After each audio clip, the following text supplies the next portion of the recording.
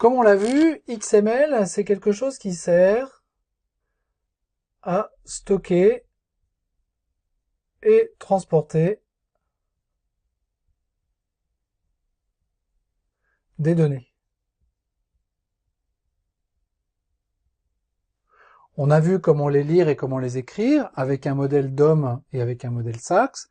Et on a vu comment les spécifier avec des grammaires, et on a vu deux formats pour ça, DTD et XML schéma.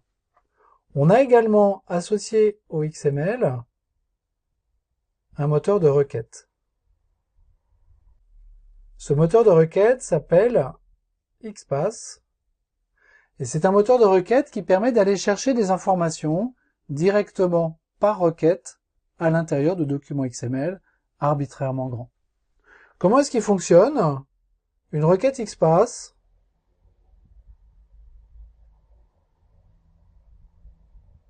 c'est en fait une chaîne de caractères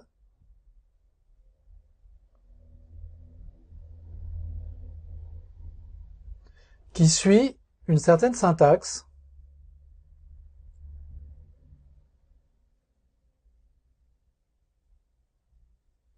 et qui va permettre d'aller explorer un document XML en fonction de son nœud racine, en fonction de ses sous-éléments et en fonction de ses attributs.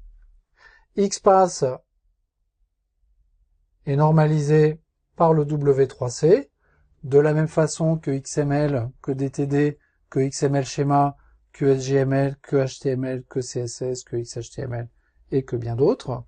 On a trois versions de XPath, V1, 2 et 3. La version 3 est devenue vraiment très complexe.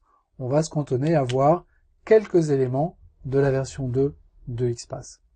Et enfin, c'est quelque chose qui est supporté par les API, à la fois Xerces et DOM4j. C'est en fait DOM4j que l'on va utiliser pour exécuter nos requêtes XPath sur des documents XML, mais on aurait très bien pu choisir également Xerces.